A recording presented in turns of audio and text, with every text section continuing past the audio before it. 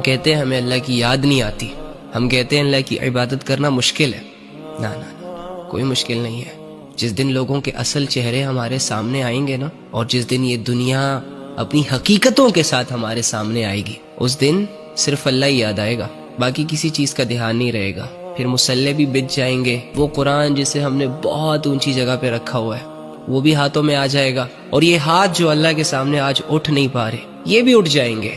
بس ذرا سی وہ اکڑ ٹوٹنے دو جو میرے اندر ہے، ان خواہشوں کو دم توڑنے دو جن خواہشوں نے مجھے گھیرا ہوا ہے، اور ان لوگوں کو اصل چہروں۔ اگر تو یہ چاہتا ہے کہ تیرا یہ در بدر بھٹکنا بند ہو جائے، وہ سکون جو تو پیسوں میں، عزتوں میں، شہرتوں میں اور لوگوں کے چہروں میں ڈھونڈ رہا ہے، اگر تو چاہتا ہے کہ تیرے دل کو، تیری زندگی کو سکون کے کچھ پل ملے، تو آ اپنے اس رب کے پاس جو تجھے بار بار اپنی طرف بلا رہا ہے۔ تیری غفلتوں، تیرے گناہوں، تیری بغاوتوں کے باوجود وہ یہ چاہتا ہے کہ تو اس کا ہو جائے۔ پڑھ اپنے رب کو، سمجھ اپنے رب کو۔ ایک بہت بڑی ذات ہے جو تجھ سے اگنور ہو رہی ہے، ایک بہت بڑا رہبر ہے جس پر تو بھروسہ نہیں کر پا رہا، تو اس سے بہت محبت کرتا ہے۔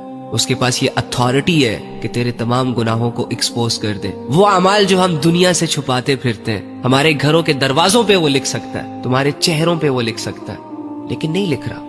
تیرے اعمال پر جو وہ پردے ڈال رہا ہے نا بار بار، یہ اس کی محبت کی نشانی ہے، یہ اس کی رحمت کی نشانی ہے۔ تو بھی تھک جا، رک جا، کب تک کرے گا؟ آ میری جان اپنے رب کے پاس۔ جب تو اللہ کی طرف پہلا قدم اٹھائے گا نا، تبھی سے تیری کامیابی کا سفر شروع ہوگا، اور جب تو مرے گا نا تو تیرے جنازے میں آسمان سے فرشتے اتریں گے کہ اللہ والا مرا ہے، اللہ سے محبت کرنے والا مرا ہے۔ سوار لے خود کو، بنا لے خود کو اللہ کو ساتھ لے کر۔